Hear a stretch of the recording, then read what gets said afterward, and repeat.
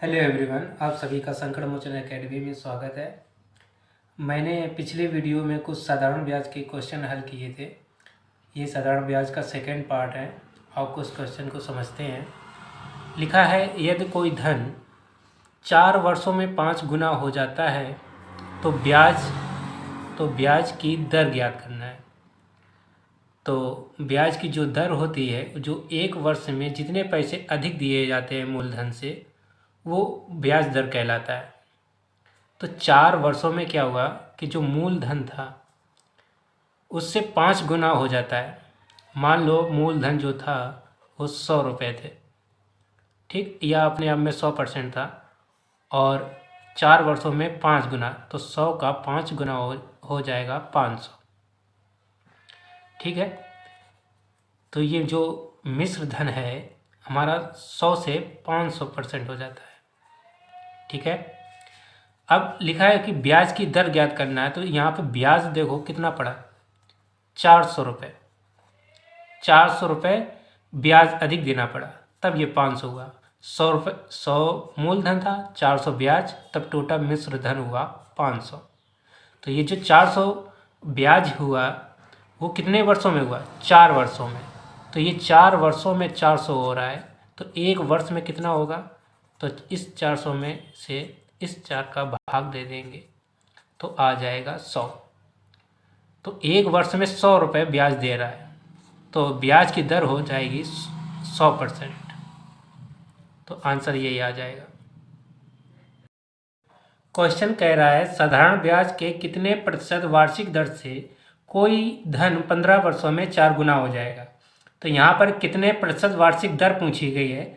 तो यहाँ पर धन जो है हमारा 15 वर्षों में 4 गुना हो जा रहा है। तो मान लो शुरुआत में जो मूलधन है वो 100 है, ठीक है।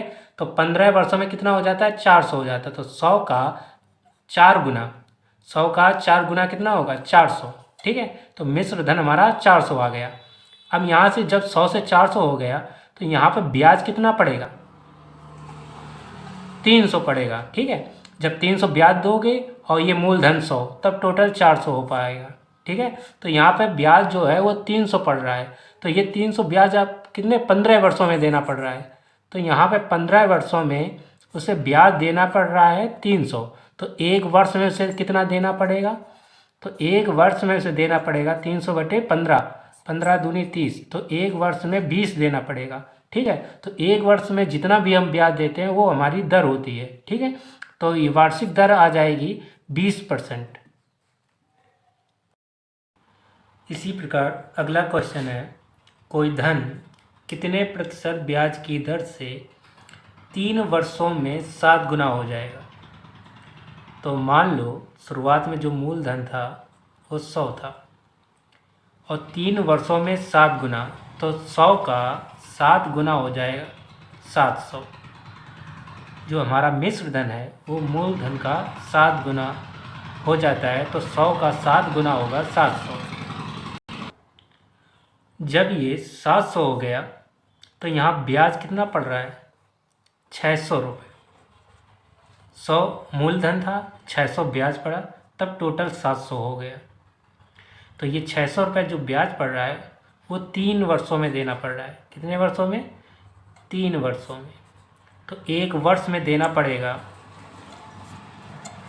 इस 3 से 600 में भाग दे देंगे, 3 दूना 6, 200। तो एक वर्ष में 200 रुपये ब्याज पड़ रहा है। तो यही एक वर्ष का जो ब्याज पड़ रहा है यही वार्षिक दर हो जाएगी, ब्याज की दर हो जाएगी 200%। अगला क्वेश्चन है, यदि कोई धन 5% वार्षिक ब्याज की दर से कितने वर्षों में 4 गुनी हो जाएगी। यहाँ टाइम पूछा है कितने वर्षों में। यहाँ पर दर 5% दी हुई है, और जो धन है वो 4 गुना हो रहा है। तो मान लो शुरुआत में धन 100 था, तो मिश्र धन जो है इसका 100 का 4 गुना 400 हो जाता है। तो यहाँ ब्याज कितना पड़ रहा है, 300 रुपये ब्याज पड़ा। ठीक है। तो दर है वो 5% है, तो यहाँ पे 300% आ रहा है। तो 5% के हिसाब से इसे मतलब 60 60 बार जब वो 5% देगा तब वो 300 रुपये दे पाएगा। तो ये जो 60 जो आया है यही समय हो जाएगा 60 वर्ष। या इस क्वेश्चन को इस तरह समझ लें कि यहाँ पर जो दर है 5% वार्षिक है, कहने का मतलब कि एक वर्ष में 5% देना पड़ रहा है, ठीक है। या 5% जो है देने में उसे एक वर्ष लगते हैं, ठीक है। 5% देने में एक वर्ष लगता है, तो 300 रुपये देने में कितना लगेगा? तो 1/5 इंटू 300, तो 60 वर्ष लगेंगे उसे, ठीक है।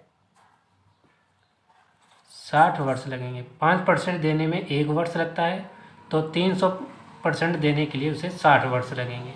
तो यहाँ पर समय जो है वो आ जाएगा 60 वर्ष।